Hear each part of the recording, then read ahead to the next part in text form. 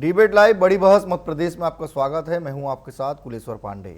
मध्य प्रदेश सरकार ने कैबिनेट बैठक में 21,485 करोड़ रुपए से अधिक के जन कल्याणकारी फैसलों को मंजूरी दी है। गांवों को स्वामित्व अधिकार, स्वास्थ्य क्षेत्र में रिकॉर्ड निवेश, शिक्षा में नई पहल और हर घर नल जैसी योजनाओं को लेकर सरकार बड़े दावे कर रही है। अब सवाल ये है कि क्या ये फैसले प्रदेश के हर नागरिक तक पहुँच पाएंगे? क्या विकास की ये रफ्तार जमीन बदलाव बदलेगी और क्या करोड़ों की योजनाएं वास्तव में लोगों के सपने को साकार करेगी? इसी मुद्दे पर करेंगे आज हम चर्चा। सबसे पहले देखिए हमारी ये खास रिपोर्ट। 21,000 करोड़ का निवेश क्या बदलेगी प्रदेश की तस्वीर? 3,800 करोड़ की राहत, क्या गांव होंगे आत्मनिर्भर? 17,000 करोड़ स्वास्थ्य पर, क्या सुधरेगी इलाज की व्यवस्था?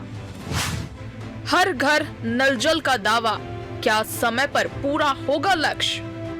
प्रदेश सरकार ने ग्रामीण परिवारों को स्वामित्व अधिकार देने की दिशा में बड़ा कदम उठाया है। 68 लाख से अधिक अभिलेख तैयार किए जा चुके हैं और स्टॉम्प ड्यूटी व पंजीयन शुल्क का करीब 3,800 करोड़ रुपए का खर्च सरकार स्वयं वहन करेगी। दावा है कि इससे ग्रामीणों को संपत्ति का कानूनी अधिकार मिलेगा, बैंक ऋण लेना आसान होगा और गाँव की अर्थव्यवस्था को मजबूती मिलेगी। जो केंद्र सरकार की स्वामित्व अधिकार की योजना थी, जिसमें पूरे गांव के अंदर ड्रोन से व सैटेलाइट के माध्यम से इमेजरी लगाया गया, इसके बाद में उनके पट्टे अधिकार पत्र बनाए गए।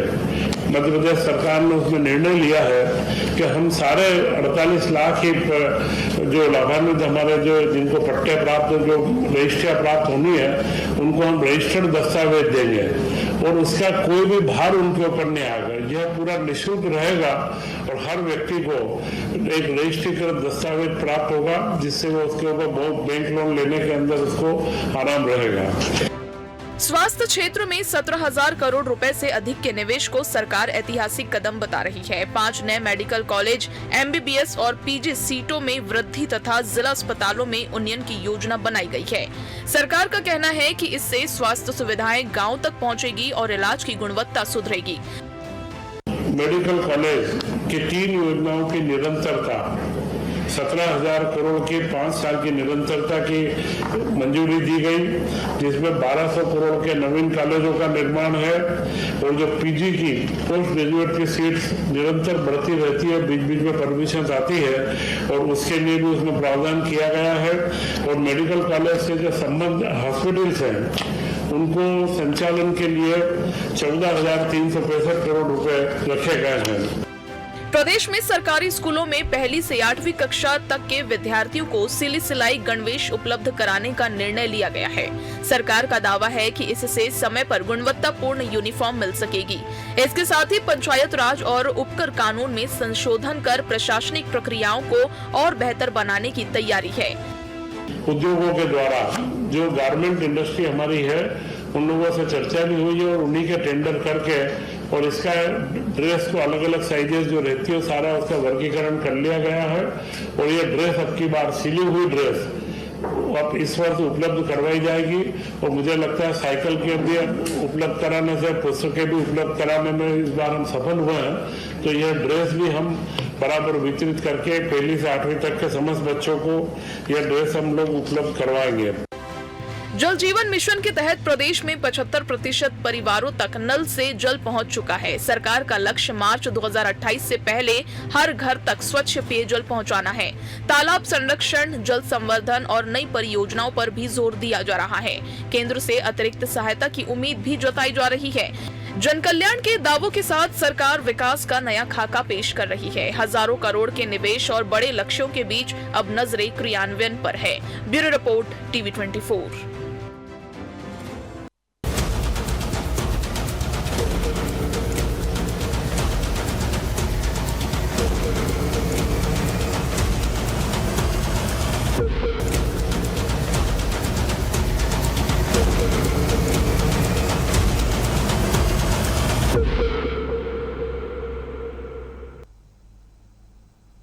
तो चलिए सीधे चर्चा की शुरुआत करते हैं। हमारे साथ 3 बेहद खास मेहमान जुड़ चुके हैं। सागर कसीरा जी है, बीजेपी प्रवक्ता, स्वागत करता हूं मैं उनका। यशवंत सिंह चंदेल जी हैं, कांग्रेस प्रवक्ता, उनका भी स्वागत करता हूं। प्रहलाद शर्मा जी हमारे साथ हैं, वरिष्ठ पत्रकार, उनका मैं स्वागत करता हूं। सर, सरकार का मंशा तो साफ है कि हर क्षेत्र में जो है बेहतर हो, चाहे शिक्षा हो, स्वास्थ्य हो, चाहे नल जल की बात हो, लेकिन योजनाओं के जो आंकड़े हैं और जमीनी हकीकत, इसमें कितना अंतर दिखता है प्रहलाद जी? देखिए, सरकार की मंशा ठीक है। इससे पहले भी अच्छी जन लोक कल्याणकारी और लोक लुभावन योजनाएं आती रही, लेकिन वास्तविकता ये है कि जब तक मैदानी अधिकारी कर्मचारी जो है उसके क्रियान्वयन में तेजी नहीं लाए या उसमें पारदर्शिता नहीं दिखाई। जहां तक जैसे स्वामित्व योजना है, 5 साल पहले इसका शुभारंभ हरदा से प्रारंभ हुआ था। स्वयं प्रधानमंत्री जी लाइव जुड़े थे, मुख्यमंत्री जी यहाँ पे थे, और उसके पहले लाभार्थी का लाभ भी हरदा जिले के एक लाभार्थी को मिला था। लेकिन उसके बाद की जो स्थितियां रही है वो किसी से छुपी हुई नहीं है। नल जल योजना वाली चीजें हैं, ऐसे तमाम योजनाएं सरकार बनाती है, लोगों के लिए अच्छे मंशा के साथ बनाती है, लेकिन उसके क्रियान्वयन में जब भी हमने देखा है तो हमेशा ये स्थिति हुई है कि वो जनता तक या लाभार्थी तक नहीं पहुंच पाती। आज जैसे औद्योगिक समिटें हुई है, अधिकांश लोग बैंकों के चक्कर लगा रहे हैं, लेकिन उनको ऋण सुविधा नहीं मिल पा रही है या उनके लिए जमीन की व्यवस्था नहीं हो पा रही है। ऐसी स्थिति में जब तक सरकार का मैदानी कर्मचारी और अधिकारी इस योजना ईमानदारी के साथ में प्रयास नहीं करेगा, आवश्यकता है पहले अपने मैदानी अधिकारी कर्मचारियों की लगाम कसने की, ताकि सरकार की मंशा को लाभार्थियों तक व्यवस्थित रूप से पहुंचाया जा सके। बिल्कुल। सरकार की इन्हीं योजनाओं का लाभ इन अधिकारी कर्मचारियों की लेट लतीफी, उनकी जटिल प्रक्रियाओं के कारण नहीं पहुंच पाता है, और इससे सरकार के ऊपर आक्षेप लगना स्वाभाविक है। ठीक है सागर जी, देखिए योजनाएं तो बहुत लाती है कोई भी सरकार, लेकिन निश्चित तौर पे अगर उसका जमीनी स्तर पर क्रियान्वयन नहीं हो रहा है अच्छे से, धरातल में उतर के काम नहीं हो रहा है उसमें, तो निश्चित तौर पे योजना जो है सिर्फ एक नाम भर के रह जाती है। आप लोग ऐसा क्या कर रहे हैं कि प्रदेश के अंतिम व्यक्ति तक आप लोगों की तमाम योजनाओं का लाभ मिले? क्योंकि देखिए हजारों करोड़ की योजनाओं का घोषणा तो हो जाता है, लेकिन कहीं ना कहीं जो अंतिम व्यक्ति है उसके तक योजना का लाभ नहीं मिल पाता है। पुलेश्वर जी, देखिए आपकी चिंता और माननीय वरिष्ठ पत्रकार जी की, प्रहलाद शर्मा जी की भी चिंता बिल्कुल जायज है, और यही भारतीय जनता पार्टी का संकल्प भी है, और आज की चर्चा का विषय भी यही है। जन कल्याण ही आधार और हर घर का सपना साकार। माननीय मोहन यादव जी की सुशासन की सरकार अंत्योदय के लक्ष्य को लेकर चलती, और इसलिए मैं पूरे दायित्व के साथ कहना चाहता हूं कि आज मध्य प्रदेश में मोहन यादव जी के सुशासन में जो निर्णय लिए जा रहे हैं वो किसी भी पर्टिकुलर एक वर्ग को, किसी एक क्षेत्र को, किसी पर्टिकुलर कोई चुनाव को ध्यान में रखकर नहीं है, बल्कि गांव, गरीब, किसान, युवा, महिला, छात्र और आम नागरिक सभी को ही केंद्र में रखकर समग्र, सर्वस्पर्शी, सर्वसमावेशी विकास के मॉडल को तैयार करके लिए जा रहे हैं। अब एक प्रश्न जो आपने उठाया, जो हम सबकी चिंता का मूल है, कि जो फैसले कैबिनेट ने लिए कि 21,485 करोड़ रुपए के फैसले, तो उसे सिर्फ एक सीमित करके देखें या वो जमीन पे कैसे उतरेंगे। तो देखिए, मध्य प्रदेश सुशासन की सरकार मोहन यादव जी के नेतृत्व में सिर्फ फैसलों का खाका तैयार नहीं करती, बल्कि उनका पूरा एक रोड मैप प्लान करती है, ब्लूप्रिंट तैयार करती है कि किस प्रकार वो जमीन पे उतरे। और देखा ही है, जब मोहन यादव जी और मध्य प्रदेश की सुशासन की सरकार में आज से 20-22 साल पहले मध्य प्रदेश में जब मध्य प्रदेश की सरकार बनी थी, तब का मध्य प्रदेश का दृश्य और आज के मध्य प्रदेश के दृश्य में जमीन आसमान का अंतर है। आज हम जब ये कह पाते हैं, आपने अपनी बुलेटिन में कहा 75% तक हर घर नल से जल पहुंच चुका है, तो घरों में नल है। पहले स्थिति क्या थी? पहले ये बिल्कुल नहीं था। तो इस प्रकार से सारे के सारे सर्वस्पर्शी समावेशी मॉडल के माध्यम से जितने भी हमने संकल्प लिए हैं वो जमीन पर उतरे हुए हैं। और कांग्रेस को या अन्य पार्टियों को इस प्रकार से दिक्कत होती है। कांग्रेस शासनकाल में मध्य प्रदेश को बीमारू राज्य कहा जाता था, कोई निवेश नहीं था, बुनियादी सुविधाएं नहीं थी, स्वास्थ्य सेवाएं कमजोर थी, ग्रामीण क्षेत्रों में स्वामित्व का संकट था और सिंचाई सीमित थी, विकास की गति भी बहुत धीमी थी। और आज उससे बहुत ही अलग हमारे सामने एक स्पष्ट हमें स्थिति दिखाई दे। तो सरकार स्पष्टता से कह रही है कि जो हम ग्रामीण परिवारों को उनके घर जमीन का अधिकार हम दे रहे हैं, 68 लाख से अधिक स्वामित्व अभिलेख को हमने तैयार कर दिया है, और 38,000 करोड़ रुपए की स्टाम्प ड्यूटी और पंजीयन शुल्क सरकार स्वयं वहन करने जा रही है। कुलेश्वर जी, तो मुझे लगता है ये मोहन यादव जी की संवेदनशीलता का और सर्वस्पर्शी, सर्वसमावेशी सुशासन का एक मॉडल है। ठीक है, तो ये कागजी दस्तावेज से बहुत ऊपर हो जाता है। ठीक है यशवंत जी, ठीक है, मैं लौटूंगा सागर जी आपके पास फिर से। यशवंत जी, कैसे देख पा रहे हैं, क्या सरकार की तमाम योजनाओं का क्रियान्वयन अच्छे से हो रहा है धरातल पे? क्या वाकई में मध्य प्रदेश के व्यक्तियों को इसका लाभ पूर्ण रूप से मिल पा रहे हो? क्या आप लोग कई सवाल लगातार खड़े करते आए हैं इसमें? जी। आदरणीय पांडे जी, घोषणाओं और मंजूरियों से नहीं, जमीन पर दिखने वाले परिणामों से जन कल्याण तय होता है। भाजपा सरकार कैबिनेट में हजारों करोड़ की घोषणाएं करती है, लेकिन प्रदेश की जमीनी स्थिति एकदम अलग है। अगर हम स्वास्थ्य की बात करें, स्वास्थ्य पे इन्होंने 17,000 करोड़ बोलते हैं, 17,000 करोड़ हमने दिया है, लेकिन इन्हीं के नीति आयोग के हेल्थ इंडेक्स 2023 की रिपोर्ट के हिसाब से एमपी देश के निचले पांच राज्यों में शामिल है। एमपी में प्रति 10,000 पर केवल 3.5 डॉक्टर हैं, जबकि राष्ट्रीय औसत 8.5 है। सीधी, शहडोल, मंडला, डिडौरी जैसे आदिवासी एरियो में अभी भी एम्बुलेंस घंटों बाद एम्बुलेंस वहां पर पहुंचती है।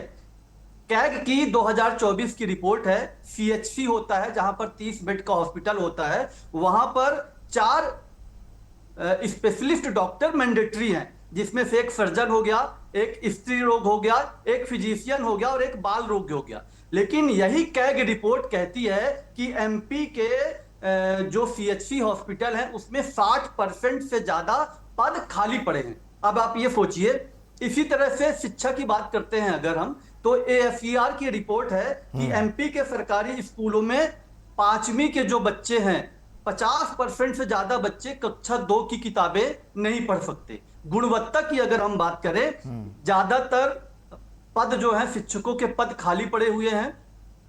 वो स्कूल जो है केवल अतिथि शिक्षकों, आदरणीय पांडे जी, वो स्कूल केवल अतिथि शिक्षकों के भरोसे चल रहे हैं, वहां पर उनकी देख रेख करने वाला कोई नहीं है। अभी आदरणीय सागर जी ने कहा कि हमारे एमपी में 75% हमने नल जल की व्यवस्था कर दी है। तो अगर अब 75% हम देख रहे हैं, तो इंदौर में इन्हीं के महेंद्र हार्डिया जी को, महापौर को लेके घेर रहे हैं कि आप हमको, हमारे लोग को पानी नहीं उपलब्ध करवा रहे हैं। बुंदेलखंड, बिंद में जगह जगह पे हम देख रहे हैं कि महिलाएं 3 से 4 किलोमीटर तक दूर जाती हैं और पानी लेके आ रही हैं। तो इनके वादे कुछ और हैं, किताबी भाषाएं कुछ और हैं, लेकिन जमीनी धरातल पे ये बिल्कुल एकदम शून्य है, कुछ नहीं हो पा रहा है यहाँ पर। केवल बातें बड़े बड़े ये चीजें विज्ञापन और इवेंट में अच्छी हैं, लेकिन धरातल पे पूरी तरह से खस्ता हालत है। ठीक है, लौटूंगा सागर जी आपके बहुत छोटा सवाल जो मैं प्रहलाद जी से ले लेता हूँ। प्रहलाद जी, घोषणा से धरातल तक जो क्रियान्वयन करने में सबसे बड़ी चुनौती आखिर क्या है? क्यों आखिर वो जमीनी स्तर पर हमको नहीं दिखती है? इसमें सबसे बड़ा जो है वो विशेष करके अधिकारियों के ऊपर मूल तथ्य यह है कि जो वरिष्ठ अधिकारी जिले के प्रशासनिक मुखिया हैं, कमिश्नर हो, कलेक्टर हो, इन लोगों के द्वारा जो मैदान में जाकर के पहले निर्णय किए जाते थे, स्थितियों की समीक्षा की जाती थी, आजकल वो केवल फोटो खिंचवाने तक, अखबारों में छपने तक किसी एक आध दिन के लिए जरूर जाते हैं। बाकी सीधे शब्दों में कहें, अभी पिछले 8 दिन पहले ही प्रदेश के प्रशासनिक मुखिया ने, चीफ सेक्रेटरी ने बैठकें दी और कमिश्नर कलेक्टरों को हिदायतें दी कि ऐसा नहीं चलेगा। स्पष्ट रूप से उनको संकेत दिया गया है कि आप लोग की जो है लेटलाई के कारण सरकार की तबीयत हो रही है। ये प्रशासनिक मुखिया को कहना पड़ा। आज से सीधा स्पष्ट है कि ये अधिकारी जो है सरकार की एक प्रकार से बेलगाम मिशनरी हो चुकी है और इसका खामियाजा सरकार को भुगतना पड़ता है। अगर ये लोग मैदान में जाते हैं, पता नहीं पिछले कुछ समय से ये देखने को सर, लगाम क्यों नहीं लग रहा है सर? ऐसे अधिकारी जो सरकार के मंशा के अनुरूप काम नहीं कर रहे हैं, उनके ऊपर लगाम क्यों नहीं लग रहा है? क्योंकि कहीं ना कहीं इससे सरकार की छवि खराब हो रही है। सरकार की छवि खराब हो रही है। सरकार बार बार कह रहे हैं, मुख्यमंत्री जी स्पष्ट निर्देश दे रहे हैं, उसके बावजूद स्थिति आए दिन देखने को मिल रही है। हमारे पास जहां जहां से खबरें आती रहती हैं, अक्सर क्या होता है कि आज की स्थिति यह है कि अखबारों में भी स्पष्ट रूप से कहना थोड़ा सा मुश्किल हो चुका है। अन्यथा जैसी स्थिति मैदान पे है, उन स्थितियों को देख करके सरकार और संगठन दोनों को सोचने की और समीक्षा करने की आवश्यकता है जी। अगर ये हालात रहे तो निश्चित ही कहीं न कहीं सरकार को पुनर्विचार करना पड़ेगा अपनी परिस्थितियों के ऊपर। ये बहुत स्पष्ट कह रहा हूं मैं, क्योंकि वास्तव में जो योजना है वो कल्याणकारी है, बहुत अच्छी योजना है। ये नल जल योजना शिवराज जी के टाइम पे आई थी, बहुत पब्लिसिटी हुई थी, प्रचारित हुई थी, लेकिन वो परिपूर्ण नहीं हो पाई। अस्पतालों को लेकर के बेशक भारतीय जनता पार्टी के शासनकाल में जितनी मेडिकल सुविधाओं का विस्तार हुआ है, ऐसा पहले कभी नहीं हुआ था जितना हुआ है। अभी हाल ही यादव जी के कार्यकाल में 7 नए मेडिकल कॉलेज की स्थापना। स्वामित्व योजना वास्तव में ऐसे भारत की स्वतंत्रता के बाद पहली बार किसी सरकार ने सोचा है कि ग्रामीण क्षेत्र के लोगों को उनके रहने वाले आवासों का मालिकाना हक मिले, जिसके कारण अभी तक वो जो है केवल रहते तो थे, लेकिन वो चाहे कि अगर 4 मंजिल की बिल्डिंग भी है जी या बड़ा सा आधा एकड़ में उनका बना हुआ मकान भी है, लेकिन वो 5,000 रुपए का लोन भी उससे नहीं दे पाते। ठीक है अगर प्रहलाद जी, स्वामित्व ठीक है योजना के तहत उनको दस्तावेज मिलेंगे ठीक तो है वो सारी सुविधाएं बढ़ेगी। ठीक है। सागर जी देखिए, सरकार की मंशा तो अच्छा है, स्वास्थ्य में भी फोकस है, शिक्षा में भी फोकस है, और गर्मी में लोगों को पानी भी पर्याप्त मिले उसमें भी फोकस है, लगातार फोकस है। लेकिन जो अधिकारी कुर्सी पे बैठे हैं, क्या उन पर लगाम नहीं लग पा रहा है? क्या वो बेहतर ढंग से काम नहीं कर पा रहे हैं? उन पर लगाम कब लगेगा? और जो सरकार की मंशा है कि जनता को सीधा लाभ हो, जनता को समस्या का सामना ना करना पड़े, वो क्यों कब दिखेगा? क्योंकि देखिए खर्च तो बड़ा है, तो क्या उसके परिणाम भी बड़े दिखेंगे आने वाले समय में?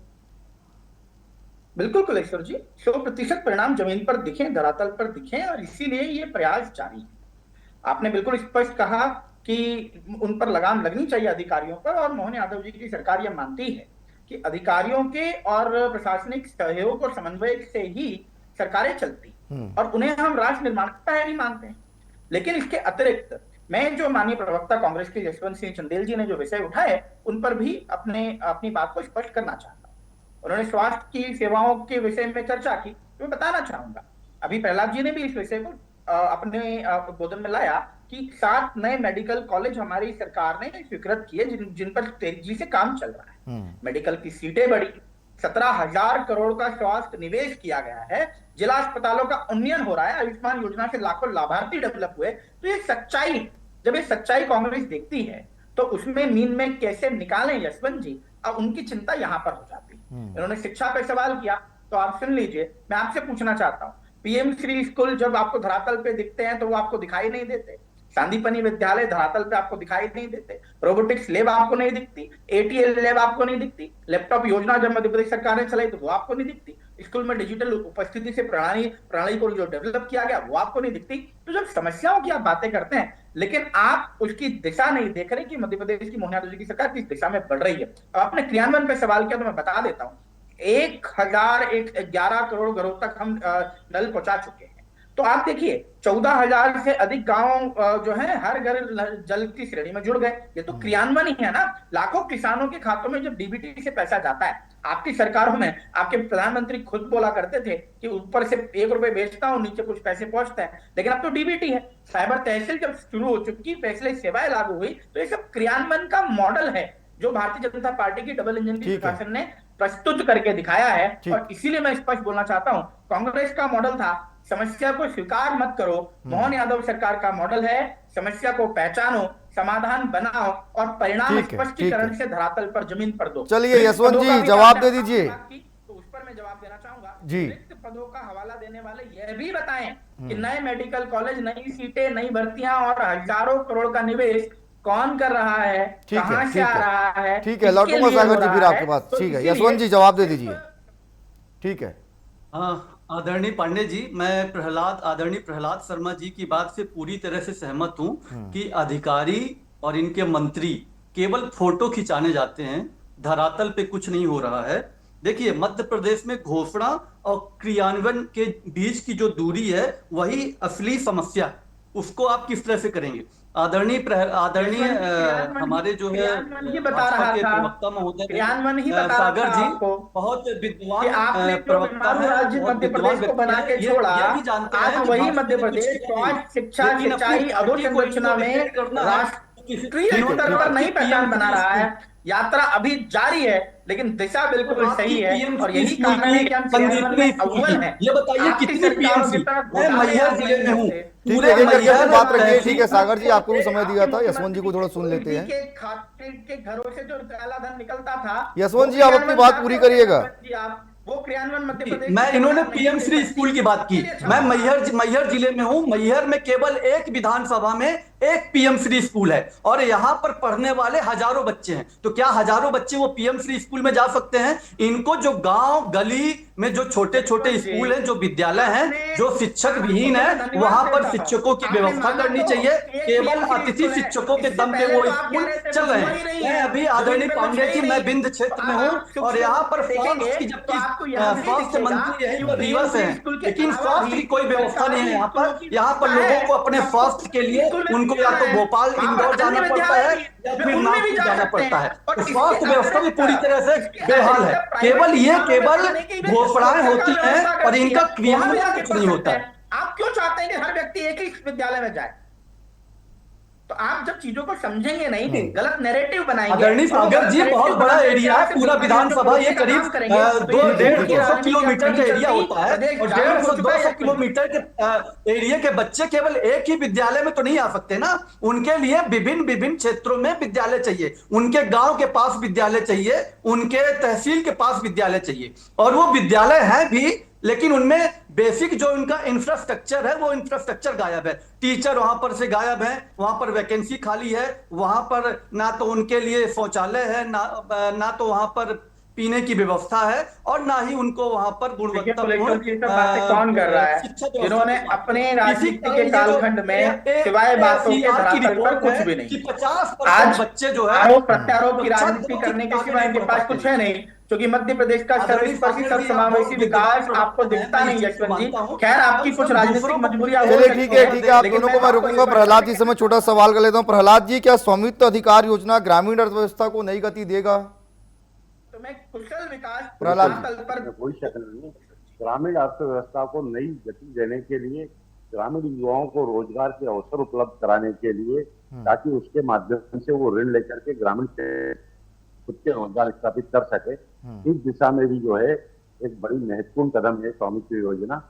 और जहां तक अभी हमारी पूरी डिस्कशन हुआ है, उसमें निस्संदेह 23 वर्षों से अगर भारतीय जनता पार्टी की सरकार है, तो उसका कारण यही है कि इसके पहले सड़क, शिक्षा, स्वास्थ्य ऐसे विषयों के ऊपर, कृषि, बिजली, पानी, इन विषयों के ऊपर जो कार्य नहीं हो पाए थे, उसी के कारण जनता ने उनका